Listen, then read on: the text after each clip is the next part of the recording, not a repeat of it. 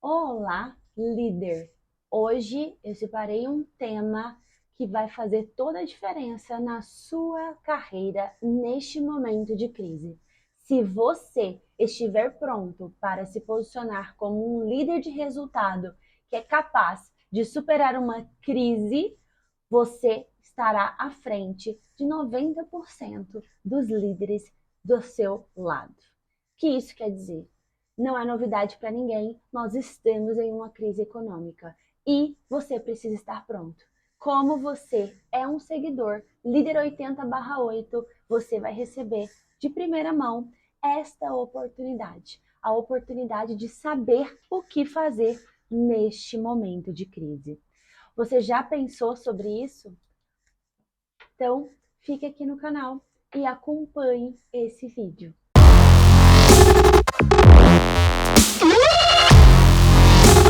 Eu sou Ana Carolina, sua consultora executiva, e estou aqui para te guiar da melhor forma neste momento.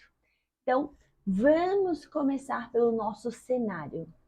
Hoje é uma realidade no país que estamos passando por uma crise econômica. O que isso quer dizer? Quer dizer que as empresas estão com menos volume de produção, de pedido, de volume financeiro, de adimplência, de fluxo de caixa, entre outras variáveis que têm impacto econômico. Eu não vou aqui detalhar o cenário econômico porque cada segmento do negócio sofre por uma razão, mas uma das razões que todos nós sofremos e somos impactados é o cenário também político que impacta o nosso país junto com o cenário internacional. O que é importante sabermos? Todos estamos em uma crise financeira. Pouquíssimos negócios podem dizer que eles estão tranquilos. Então, não ache que só porque a notícia ainda não chegou ainda na sua empresa que vocês estão tudo bem. E principalmente para você que ainda não se atentou para a crise econômica que estamos vivendo, você precisa estar pronto. Quanto antes você se preparar, mais fácil será passar por tudo isso. E de onde a gente tira isso? Você pode conferir nos jornais e nos canais de economia que você entenderá qual é o impacto do resultado financeiro negativo que impacta tanto as suas empresas. Porém, se você já está em alguns mercados mais aquecidos, você já sentiu. Ninguém precisou dizer que estamos em uma crise para você perceber que estamos em uma crise. Por exemplo, se você é ativo no LinkedIn, você já percebeu que o volume de desligamentos não param. A taxa de desemprego no Brasil disparou. Então, você não viu só o número, você sentiu. E acredito que você, como um líder em construção, não foi impactado. Fico feliz por isso. Mas eu não quero que você seja pego desprevenido. E mais do que isso, eu quero que você seja a pessoa que faça a diferença dentro da sua instituição em meio à crise financeira. Para isso, eu preciso que você esteja atento a alguns pontos que a gente vai discutir aqui. Primeira coisa, a questão da crise econômica, ela parte dentro das empresas de um lugar só. A meta de sobrevivência da empresa é o resultado financeiro e ele é refletido no EBITDA. Então, a primeira coisa que você precisa saber, mesmo que ninguém na sua empresa fale sobre isso, você precisa saber quanto estamos de resultado financeiro. Quão distante estamos da meta? Estamos perto? Estamos longe? É factível bater essa meta de EBITDA neste ano, neste cenário? Fizemos uma revisão do desafio. Então, a primeira coisa é como está o resultado financeiro. E quando a gente fala do EBITDA, a gente não vê alguns outros fatores. Então, a segunda coisa que você vai se atentar e vai procurar se informar é: e como está o nosso fluxo de caixa? Por que isso é importante?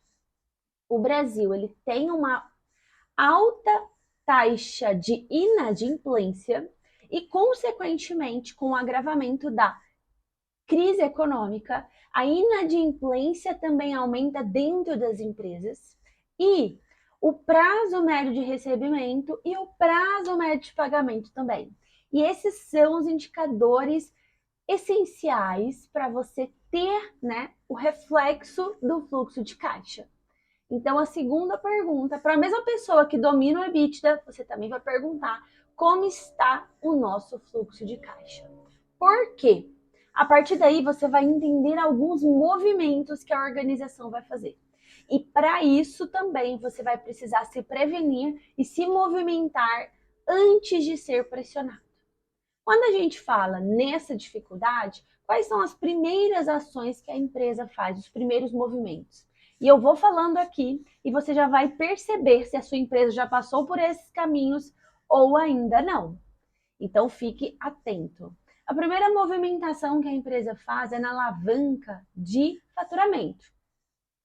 Se a receita da empresa está aquém, que também é um dificultador, porque ela é o gerador de caixa, a empresa vai primeiro fazer um esforço para aumentar a força de vendas, o esforço para vender mais e melhor. Então, aqui você tem uma oportunidade. Caso você seja da área comercial ou a sua área tenha uma integração muito forte com a área comercial, aqui é o momento de você potencializar o resultado da empresa. Ou você também contribuir de alguma forma para otimizar alguns custos envolvidos com a parte comercial. Desde a questão do marketing, desde comissão dos vendedores, desde indicação de novos clientes, indicação de um cliente potencial grande, né? Uma empresa, alguém que você conhece que poderia se beneficiar do produto que a sua empresa vende. Então, a primeira alavanca que a sua empresa vai trabalhar com certeza é a receita. Por quê? Porque a empresa ela tem uma meta de sobrevivência, mas ela também quer resguardar a todos que estão dentro da organização. Então ela vai começar pela alavanca de tração de crescimento. Quando ela entender que fez o máximo que podia e chegou em um momento que ela tem que só manter aquilo, e também dependendo do segmento, ela já entendeu que no cenário atual e nacional é impossível fazer essa venda. Por exemplo, no cenário do agro, a soja despencou. Então, diante do cenário atual, não vai adiantar, eu vou vender no preço que tem. Então, não adianta nenhum esforço a mais na venda, porque o que eu estou vendendo é só para tirar o produto no preço de custo. Em outras empresas ou outros negócios que também é da área agrícola.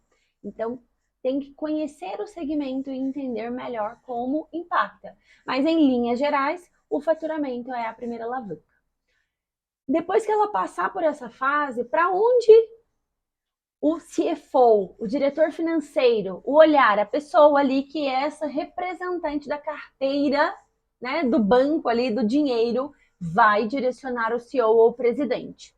O segundo lugar é o custo. E aqui você vai fazer uma diferenciação. Se você está em uma empresa de serviço, o seu custo ele é baixo. Se você está em uma indústria ou uma outra forma de processamento de produto, de insumo, ela tem um custo elevado. Agora, se você é de uma empresa de serviço, o seu custo é muito baixo. Então, o custo vai entrar junto com a despesa. Já em uma indústria, ele vai entrar como o primeiro carro-chefe. E o que é importante aqui quando a gente fala de custo? O custo é muito mais fácil você gerar resultado se você alavancar o custo. Porque o custo, ele é, se R$ 1 que eu economizo em uma ação com uma redução de custo, é R$ 1 vezes o volume que eu produzo, ou o volume que eu consumo daquele insumo. Então, por exemplo, se você tem um custo de fertilizante, que é um insumo que é dolarizado, por exemplo, e você fez uma ação e você identificou uma oportunidade de renegociar o contrato de aquisição de insumos. Se você economizou R$ 1 em 100 toneladas, em 10 toneladas, em 10 quilos, em 100 quilos, o volume que for, sempre vai ser potencializada a sua economia pelo volume que você trabalha. Então, o bom do custo é porque ele é um boom, ele é uma injeção direta, um resultado direto também no EBITDA. Porque se eu economizo isso de uma vez, ele vai direto no EBITDA. Por quê? Ele é usado diretamente no meu produto fim. Então, o custo é a sua alavanca principal. E aqui é a sua oportunidade também. Olhe quais são os maiores concentradores de gastos. Então, o negócio que você atua, qual é o maior custo da empresa? É com qual conta contábil? E aqui eu estou falando de custo, não estou falando de despesa, ok? Qual é o maior custo que a empresa tem? Se você tiver alguma dúvida nessa parte contábil, vá ali no setor de contábil e peça essa ajuda. Pergunte para ela. Para quê? Para que você possa olhar para os negócios, olhar para a sua área e trazer ideias e ações e melhorias para esta alavanca. Entenda, se você trouxer R$ 1, você vai sempre multiplicar pelo volume. Então, vamos supor que você trabalha em uma empresa que tem um alto volume de consumo de embalagem. Então, você é de uma empresa de alimentos, carnes, por exemplo, né? E você tem que colocar ali sempre em embalagem, é um dos maiores custos que a gente tem. Se você prestar atenção nisso e você conseguir um outro fornecedor com um preço menor, ou se você conseguir ir na linha de produção, analisar a oportunidade, ver um desperdício, você economizará em toda a cadeia. Então aqui você tem sempre duas linhas de ganho. Ou você revisa os contratos, ou você reduz o consumo. Como que eu reduzo o consumo se o custo está atrelado no que eu produzo? Olhando os desperdícios. Quando a gente fala da metodologia Lean, a gente fala sobre 7 desperdícios. Depois eu vou gravar um vídeo só sobre isso, porque isso é ouro. Então você pode colocar no Google por enquanto, você vai olhar quais são os 7 desperdícios do Lean e você vai atacar um a um. Por quê? Cada coisa desperdiçada na empresa, ela gera uma economia para o negócio. Só que no lugar que você está olhando, um copinho de café, o pó de café, a água mineral, que são economias mínimas e que é uma economia burra, você vai olhar de fato onde tem oportunidade, dinheiro, desperdício, que gera resultado. E isso faz diferença.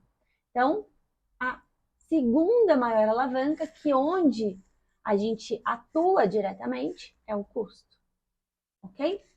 Terceira alavanca, que nem sempre o CFO, ou o diretor financeiro e o CEO consegue olhar. Por quê? Porque demanda esforço para acabar com esse consumo, mas é o melhor lugar para se ir. São dois lugares maravilhosos, que tem assim, é dinheiro na mesa, perdas e devoluções. E por que nem sempre é a primeira opção do diretor financeiro ou da área financeira em resolver esse problema? Porque ela demanda um tempo de análise e ação. Então, não é um ver e agir que a gente chama. Eu preciso fazer um trabalho mais estruturado. Mas é aí que você entra. Você vai olhar com atenção uma oportunidade que ninguém está vendo. Então, você vai também olhar na conta contábil quais são as maiores devoluções. Quais os produtos que geram maior devolução? Quais são os produtos que a gente tem maior perda? Se você escolher um desses para resolver, já é ganho de milhares e milhões, a depender do nível da sua empresa, da sua organização. Como eu sempre trabalhei com empresas de grande porte, então a gente sempre fala na casa de milhões ou até bilhões. Então depende muito, né, do nível da empresa que você atua, mas o importante saber o ganho vai ser proporcional ao faturamento da empresa. Então, tem dinheiro ali e tá saindo no ralo. Se você tiver essa analogia, é como se você buscasse o dinheiro no ralo mesmo, que ele está indo a fundo perdido.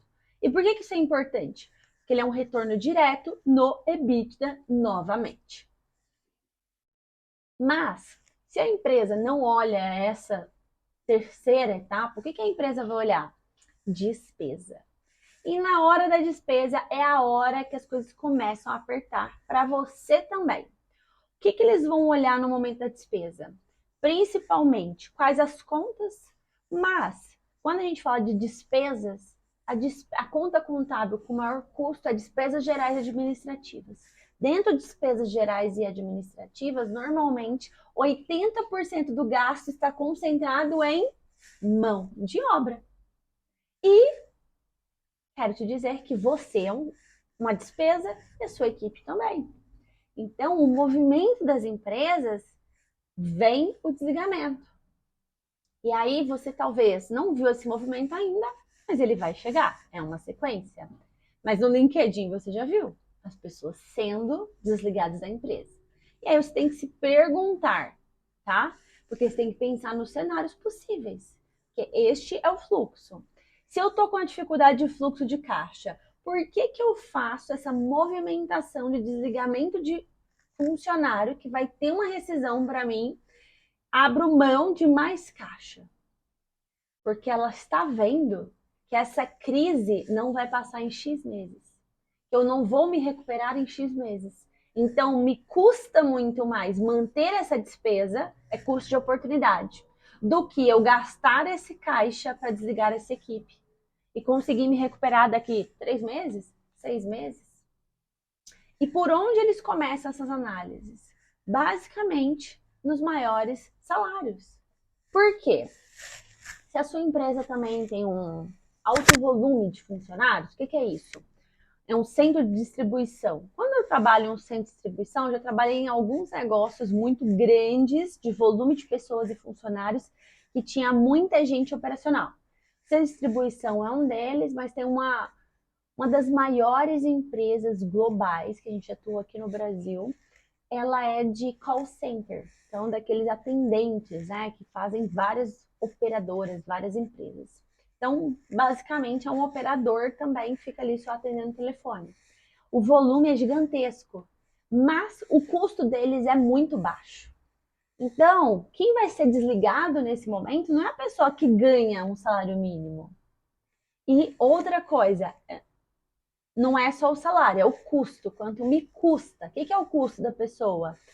É o salário, mas o quanto ela me custa com os impostos, mais benefícios. Então é importante você saber também quanto você custa, não só quanto você recebe. Então não é essa pessoa que vai ser desligada. A pessoa que vai ser desligada é aquela pessoa que onera a minha folha e que não performa na mesma medida. Ou que, por alguma estratégia da empresa, eu vou descontinuar alguma área do negócio. Ok, então a primeira coisa que você vai ter que prestar atenção.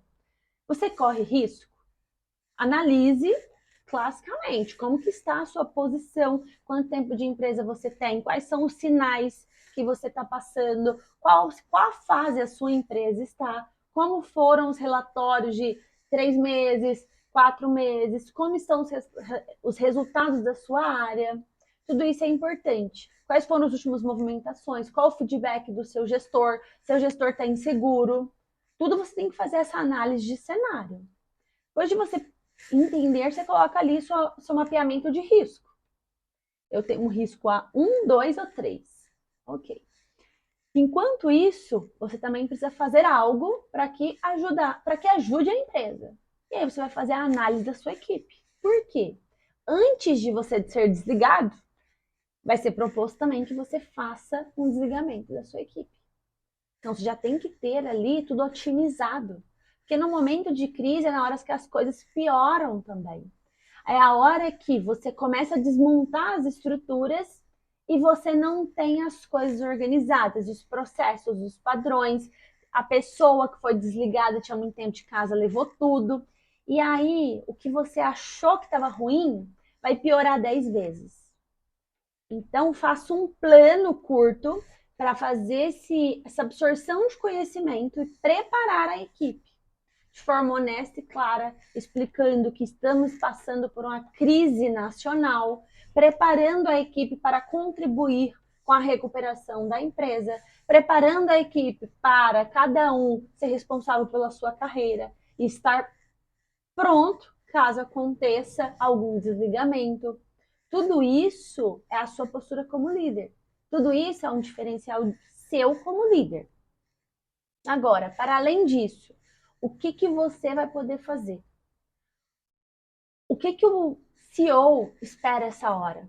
Ele espera pessoas, independente se ela é o estagiário, se ele é o secretário, se ela é a pessoa dos serviços gerais, se ela é a pessoa da controladoria, do PCP. Ele não quer saber qual é o cargo que a pessoa ocupa, mas ele quer saber quem está com ele naquele desafio. Porque se você parar para pensar, quem tem o maior desafio é o CEO. Porque ele tem que entregar um lucro no final do ano e o cenário não está favorável. Ele não vai abandonar o barco. O que ele quer saber nesse momento é quem está remando comigo.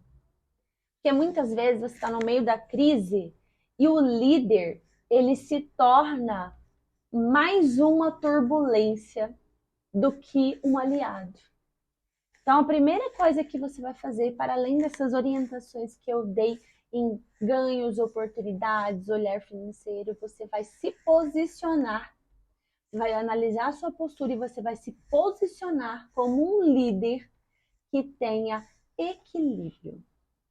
Que você seja capaz de, em meio à crise, ao desespero, à preocupação, ao nervosismo, ao dilema de quem vai ser desligado, quem não vai, porque este pode ser o cenário mais grave.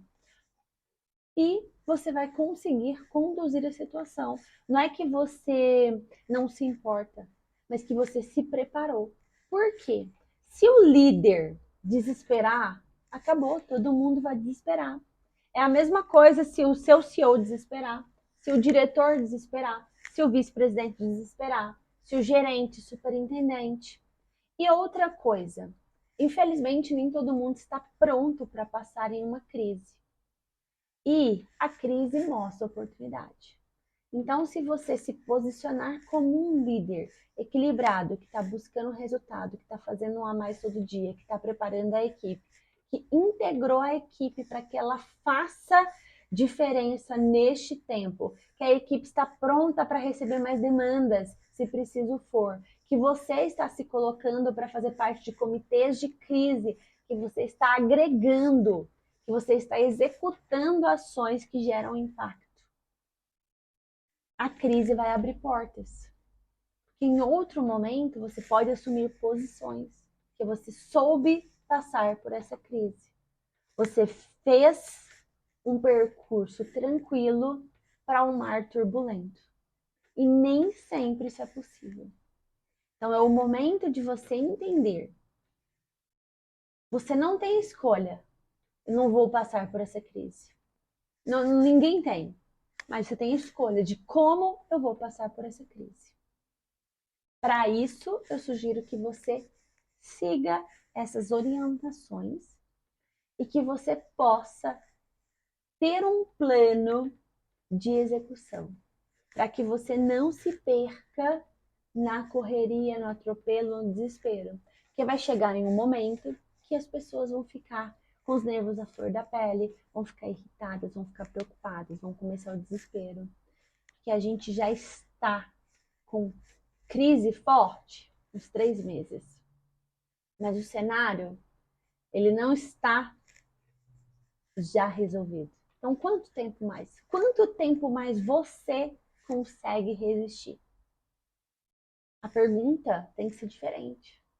Quanto tempo você está pronto para conduzir o seu time durante a turbulência?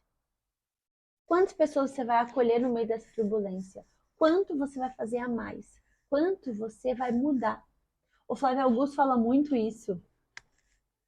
Ele mostra em resultados financeiros. Ele fala: passaram-se crises, passaram-se governos, passaram-se estações e nada mudou. O meu faturamento sempre cresce.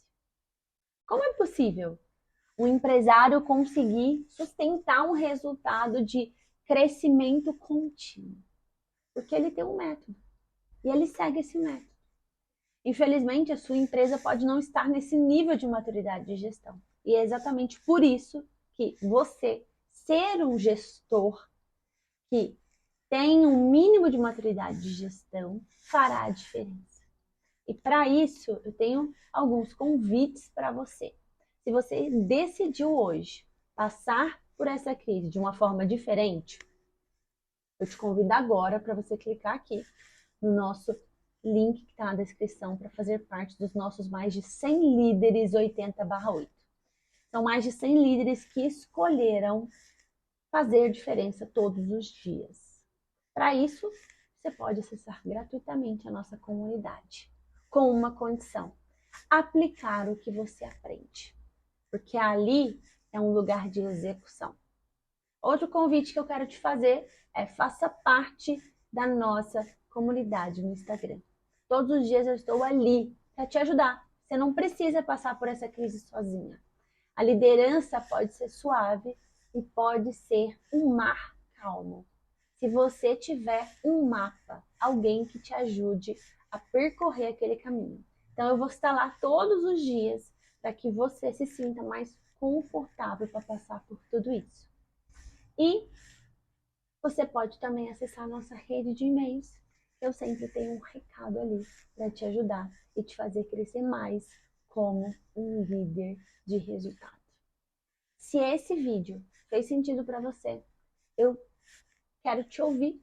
Deixa aqui um comentário e deixa o seu like. Se você já entendeu que essa crise realmente já chegou, talvez já te impactou, ainda dá para mudar, faça um favor de ajudar um outro amigo ou uma outra amiga e compartilhe esse vídeo com essa pessoa. Se você quer o bem dessa pessoa, faça o melhor por ela. Deixe essa pessoa preparada para superar esta crise. Então, eu quero te agradecer e te encontro depois desse mar turbulento. Até mais.